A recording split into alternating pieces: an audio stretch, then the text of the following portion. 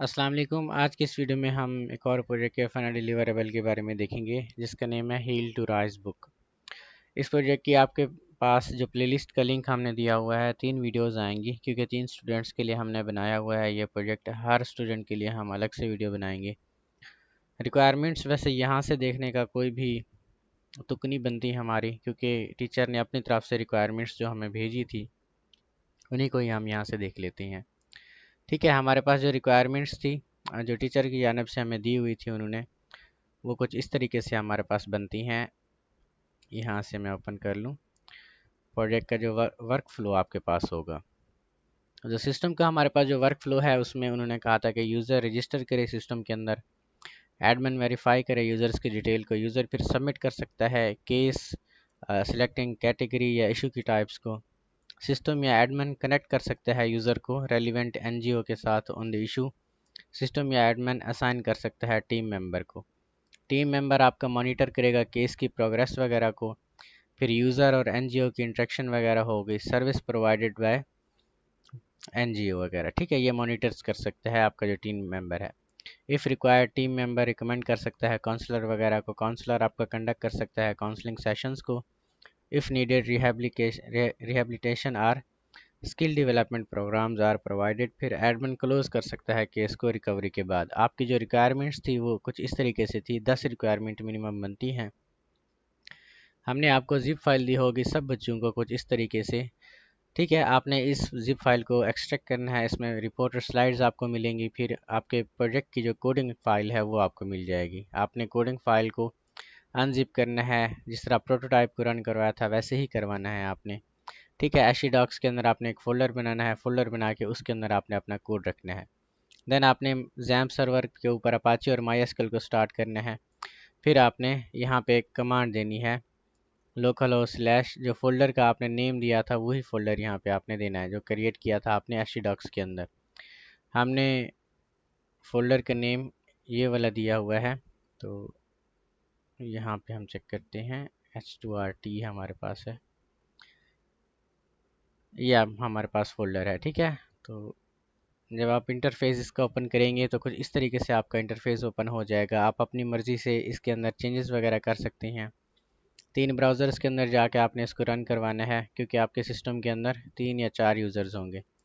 ठीक है, सबसे पहले यहाँ से हम क्या करवा लेते हैं, हम एडमिन को लॉगिन करवा लेते हैं। एडमिन का जो टास्क था वो यहाँ पे हम देख लेते हैं। इसका जो यूज़र नेम होगा एडमिन होगा, पासवर्ड भी आपके पास एडमिन ही होगा। हम यहाँ से लॉगिन करते हैं एडमिन को। ये एडमिन का हमारे पास डैशबोर्ड आ गया, जिसमें लेटेस्ट जो केस असाइनमेंट्स वगैरह हैं वो यहाँ पे देख सकता है एडमिन। एडमिन सारे के सारे यूज़र्स को मैनेज कर सकता है, उनका जो स्टेटस है वो अपडेट या डिलीट कर सकता है। एनजीओज़ वगैरह को एडमिन यहाँ पे मैनेज कर सकता है, उनका भी स्टेटस यहाँ पे वेरीफाई या नो वेरीफाई कर सकता है। टीम मेंबर्स को यहाँ पे एडमिन ऐड कर सकता है। आपने टीम मेंबर्स को ऐड करवा लेना है अपनी मर्ज़ी से, 6-7 टीम मेंबर्स होंगे। फिर जितने भी केसेस वगैरह हैं, एडमिन इन सारे के सारे केसेस वगैरह को देख सकता है। इनके अंदर एनजीओ वगैरह को असाइन कर सकता है, कोई भी टीम मेंबर को असाइन कर सकता है, केस का स्टेटस यहाँ से अपडेट कर सकता है। ठीक है, और यहाँ पे जाके जो केस की डिटेल्स हैं कंप्लीट, वो भी यहाँ पे एडमिन देख सकता है कि पेशेंट की प्रोफाइल क्या है, असाइन काउंसलर कौन सा है, इंटरनल सुपरवाइज़र या काउंसलर कौन सा है, एनजीओ डिटेल्स क्या हैं उसकी, सेशंस कोई हैं तो उसकी हिस्ट्री वगैरह क्या है आपके पास, और स्किल डेवलपमेंट का अगर कोई प्रोग्रेस है तो उसकी हिस्ट्री आपके पास क्या है। ये एडमिन सारे का सारा यहाँ पे चीज़ें चेक कर सकता है। इसके बाद आपने सबसे पहले क्या करना है, यूज़र्स को रजिस्टर करवा लेना है। ठीक है, हम यहाँ से एक यूज़र को रजिस्टर करवा रहे हैं। ठीक है, हम इसका यूज़र इस वीडियो के अंदर हमने तहरीम, हमारे पास एक स्टूडेंट है, उसका प्रोजेक्ट डिस्कस कर रहे हैं। तो यहाँ से हम यूज़र फॉर YT एक लिखते हैं, इसका जो फुल नेम है। ठीक है, इसका जो फ़ोन नंबर है वो भी यहाँ से हम चेंज कर देते हैं। ठीक है, और यहाँ पे ईमेल इसका ये लिख लेते हैं, जेंडर इसकी हम मेल लिख लेते हैं या फीमेल लिख लें, आपकी मर्ज़ी है। ठीक है, इशू टाइप कौन सा है, ये डिप्रेशन है। ठीक है, सिचुएशन को डिस्क्राइब करेगा, रजिस्टर पे क्लिक करेगा तो ये रजिस्ट्रेशन इसकी हो जाएगी। देन एडमिन के पास जाएगा, एडमिन इसका जो स्टेटस है वो वेरीफाई करेगा। अभी इसका स्टेटस पेंडिंग है तो अप्रूव करेगा, वेरीफाई नो है तो येस पे क्लिक करेगा, अपडेट पे क्लिक करेगा तो ये अप्रूव हो जाएगा। एक बार ये अप्रूव हो गया देन ये लॉगिन कर सकता है। अभी हमने जो ऐड किया था वो था ये वाला YT ठीक है। और इसका जो रोल था हमारे पास वो था जी यूज़र।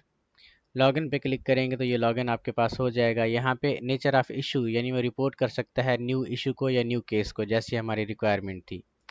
यहाँ पे हम डिप्रेशन के अंदर है वो डिस्क्राइब कर सकते हैं अपनी सिचुएशन को। XYZ सबमिट माई केस के ऊपर क्लिक करेगा तो उसका केस सबमिट हो जाएगा। यहाँ पे फिर case submitted successfully an admin will assign an NGO shortly.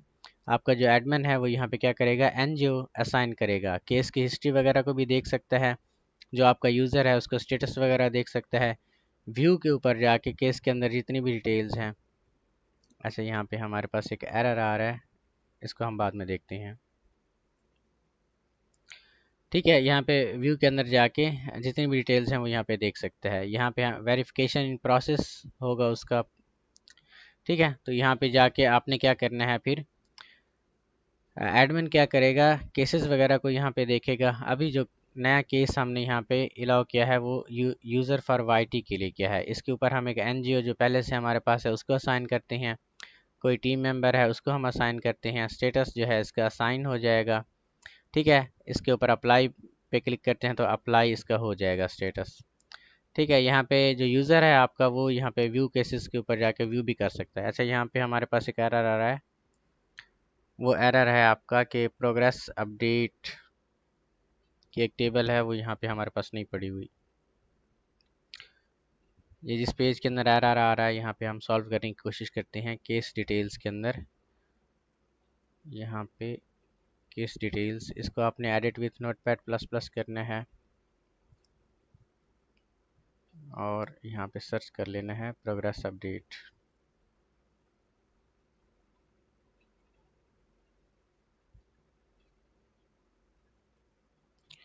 ठीक है, अच्छा ये फैच प्रोग्रेस की टेबल हमारे पास नहीं बनी हुई।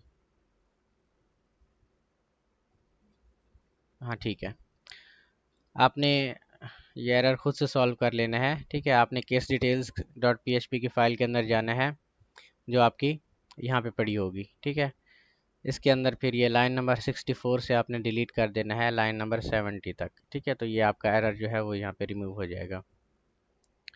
ठीक है जी, यहाँ से हम दोबारा से इसको देखते हैं। ये केस की डिटेल्स वगैरह को देख सकता है, स्टेटस उसका असाइन है, यूज़र की इन्फो क्या है, NGO किस NGO का असाइन किया गया है। ठीक है, टीम मेंबर कौन सा है और काउंसलिंग सेशन अगर कोई है तो यहाँ पे आ जाएगा। अच्छा, यहाँ पे हमारे पास फिर से एरर है प्रोग्रेस का। अच्छा, ये हम आपको ठीक करके दे देंगे, वो टेबल वगैरह का कोई इशू अगर होगा तो। ठीक है, तो आपने इसको टेंशन नहीं लेनी, आप हमें याद दिलाइएगा 11 मई के बाद, तो इंशाल्लाह हम इसको चेंज कर देंगे आपको जो भी एरर वगैरह इसमें होगा तो। ठीक है, इसके बाद फिर आपके पास जो दूसरा यूज़र है, दूसरा यूज़र आपका कौन सा है, NGO का है। यहाँ पे NGO को सबसे पहले रजिस्टर करवा लेना है। हमारे पास पहले से ही NGO रजिस्टर्ड है, हम NGO को लॉगिन करवाते हैं। यहाँ पे उसका जो ईमेल है वो ये वाला है, पासवर्ड में भी 123 हो इसका। ठीक है, लॉगिन एज NGO करते हैं, लॉगिन पे क्लिक करते हैं तो ये लॉगिन हो जाएगा। NGO अपने सारे के सारे असाइंड केसेस हैं वो इनको देख सकता है। यहाँ पे व्यू प्रोफाइल के ऊपर क्लिक करके प्रोफाइल वगैरह भी आप इनकी व्यू कर सकते हैं। ठीक है, असाइंड स्पोर्टर और यहाँ पे पेशेंट के जो इश्यूज़ वगैरह हैं वो यहाँ पे आ जाएंगे। ठीक है, अब अगर कोई काउंसलर असाइन हुआ है तो यहाँ पे वो चेक भी कर सकते हैं। ठीक है, स्पोर्टर के तौर पे हमारे पास एक सुपरवाइज़र असाइन हुआ है, वो ये वाला आपके पास है। ठीक है, इसका स्टेटस भी वो काउंसलर ही है।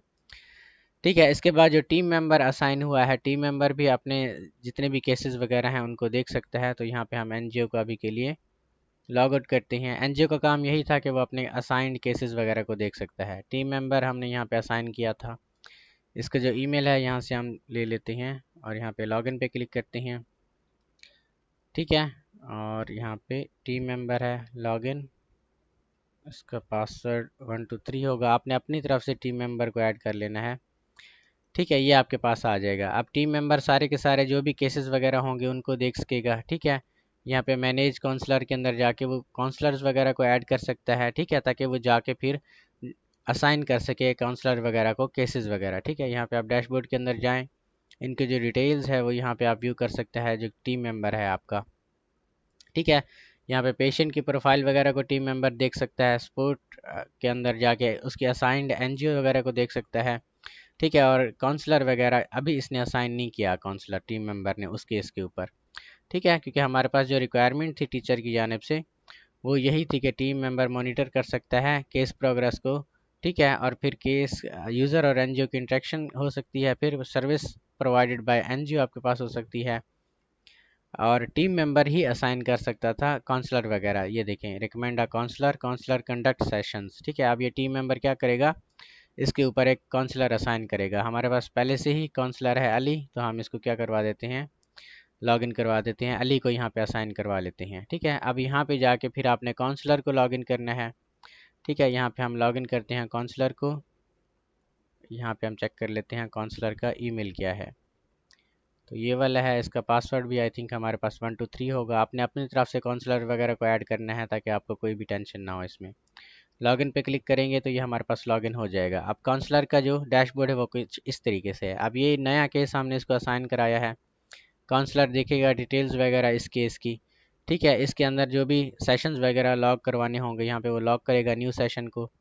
ये सेशन की डेट वगैरह आ जाएगी कि कौन सी डेट को सेशन हुआ था, नेक्स्ट सेशन की डेट क्या है, अगर है तो ठीक है, नहीं तो सेव पे क्लिक करेगा तो वह सेशन हो जाएगा उसका, ठीक है। इसी तरह स्किल्स वगैरह अगर उसमें ऐड करनी है, ठीक है, स्किल्स कौन सा है, यहाँ पे एक्स वाई जेड हम लिखते हैं, काउंसलर रिमार्क्स वगैरह दे देगा, असाइन टू यूज़ करेगा तो असाइन हो जाएंगे स्किल वगैरह।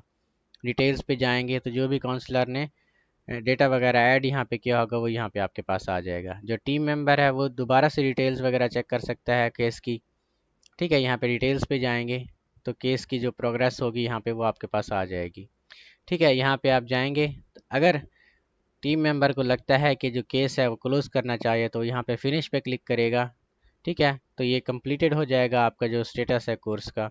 यहाँ पे फिर एडमिन दिखेगा, यहाँ पे केसेस के अंदर जो भी इसका स्टेटस अगर कंप्लीटेड है तो एडमिन जाके इसको क्या करेगा, यहाँ पे क्लोज़ कर देगा इसका केस, ठीक है। यहाँ पे क्लोज़, तो ये केस क्लोज़ हो जाएगा, ठीक है। इस तरीके से आपका सारा सिनेरियो चलना था। अब यहाँ पे हम दोबारा से उसी यूज़र को लॉगिन करवा लेते हैं जो हमने अभी एक ये यूज़र बनाया था, ये वाला, ठीक है। इसका रोल है हमारे पास यूज़र, और लॉगिन पे क्लिक करते हैं, ठीक है। अब ये यहाँ पे अपने केसेस वगैरह को देखेगा, केस का स्टेटस क्लोज है। यहाँ पे व्यू पे जाएगा, वो यहाँ पे प्रोग्रेस वगैरह को चेक कर सकता है कि काउंसलिंग सेक्शन कितने थे। यहाँ पे प्रोग्रेस वगैरह हमारी ये आपको हम सेट करके दे देंगे, ठीक है। अब जस्ट आपने हमें याद दिलाना है, ठीक है। अब चीज़ें आपने समझनी कैसे हैं, ठीक है, क्योंकि ये ऑल इन वन वीडियो है, सब बच्चों को इसी वीडियो के साथ देख के ही सीखना है। आपने सबसे पहले जाना है चैट जीपीटी के ऊपर। चैट जीपीटी के ऊपर एक बार आप पहुंच गए, आपने फिर क्या करना है, सब बच्चों ने इसी तरीके से ही सीखना है। फ़र्ज़ करें कि आपके पास एक रजिस्टर का पेज है, आपने इसको edit with notepad plus plus करना है और कॉपी करना है इसको, और चैट जीपीटी के ऊपर जाके इसको आपने पेस्ट कर देना है, ठीक है। यहाँ पे हम पेस्ट कर रहे हैं। हम इसको कहेंगे कि इसको आपने एक प्रॉम्प्ट देना है कि फ़र्ज़ करो मैं एक 10 साल का स्टूडेंट हूँ और मुझे इस कोड का कोई आइडिया नहीं है। आप मुझे लाइन बाय लाइन समझाओ कोड और पर्पस क्या है इसका, ठीक है। तो ये आपको लाइन बाय लाइन कोड वगैरह समझाएगा। ये आपको बताएगा कि इस कोड को लिखने का पर्पस क्या है, आपके पास सारी चीज़ें ये आपको यहाँ से बता देगा, ठीक है। तो ये लाइन बाय लाइन आपने इसको समझना है हर एक पेज के अंदर, ताकि जब टीचर आपसे पूछें कि इस कोड को आपने एक्सप्लेन करना है तो आप एक्सप्लेन करना सीख जाएं। इसके बाद होती है बेसिक चेंजेस वगैरह। हमने कौन सा पेज इसको दिया हुआ है, रजिस्ट्रेशन वाला, ये वाला पेज। हम बेसिक चेंजेस क्या हैं, कोई इसमें फील्ड ऐड करवा सकते हैं, बैकग्राउंड कलर चेंज कर सकते हैं, बॉडी का चेंज कर सकते हैं, हम बैकग्राउंड कलर फॉर्म का चेंज कर सकते हैं, किसी फील्ड के अंदर का बैकग्राउंड कलर चेंज कर सकते हैं, इसके अंदर जो बटन वगैरह है हम उसका कलर वगैरह चेंज कर सकते हैं। तो यही सारी चीज़ें आपने चैट जीपीटी से ही सीखनी है। इसको हम कहते हैं कि आप मुझे कोड दो कि मैं एक एज फील्ड ऐड कर सकूं फॉर्म में, ठीक है। तो अब एज का फील्ड यहाँ पे हमारे पास ऐड नहीं हुआ पड़ा, तो यहाँ से हमने इसको प्रॉम्प्ट दे दी है। ये क्या करेगा, ये हमें कोड वगैरह राइट करके दे देगा और बताएगा कि कहाँ पे जाके आपने इसको इम्प्लीमेंट करना है, ठीक है। वो कहता है फुल नेम के नीचे या जहाँ भी चाहो ये फील्ड ऐड करो, ये कोड आपने कॉपी करना है। वैसे ये चीज़ प्रैक्टिकली हमने सिखाई थी आपको, लेकिन यहाँ पे भी आपको सिखा रहे हैं, ठीक है। अब यहाँ पे फुल नेम हमारा कहाँ पे है, ये वाला, इसके नीचे जाके ये पेस्ट कर दिया, फिर सेव कर दिया पेज को। अब यहाँ पे दोबारा से इसको रिफ़्रेश करेंगे तो हमारे पास ये चीज़ आ जाएगी, एज वाला फील्ड। इसी तरीके से हम इसको कहें कि बॉडी का बैकग्राउंड कलर चेंज करना है, नैव बार के अंदर कोई चीज़ ऐड करनी है, इवन डेटाबेस के अंदर एसक्यूएल क्वेरीज वगैरह का भी ये हमें बता देगा। ठीक है, सारी चीज़ें आपने इसी तरीके से ही सीखनी है, सारी चीज़ें। ठीक है, फिर आपको समझ आ जाएगी। वाइवा से पहले पहले आपने अच्छी प्रिपरेशन करनी है, सब कुछ सीख के ही जाना है। ठीक है, बाकी अगर कहीं पे कोई समझ नहीं आती तो आप हमसे कांटेक्ट करके पूछ सकते हैं।